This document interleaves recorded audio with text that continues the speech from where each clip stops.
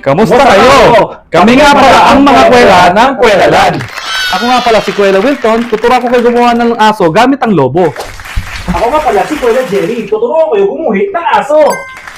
At ako naman si Kuwela Jerwin, tuturuan ko kayo gumawa ng aso gamit ang anino. Tara, simulan na natin. Ayan, papakita ko sa inyo paano gumawa ng Hindi, ano. tuturuan ko na. Ako muna. Gagawa ka muna ng ilong. Tuturuan ko yung paano gumuhit ng aso. Tenga. Tuturuan ko yung gumuhit ng Tapos aso. kayo, gagawin mo.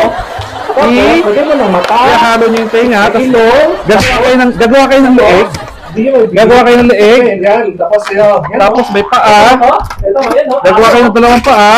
Ayan o. Ngayon, Ito o. ayan. Uy! Ang tapos ng leeg. Ano ba? Ay, ano ba yan? Sakit ka na pa! Ano ba yan? Ano ba yan? Ito kayo lagyan ko.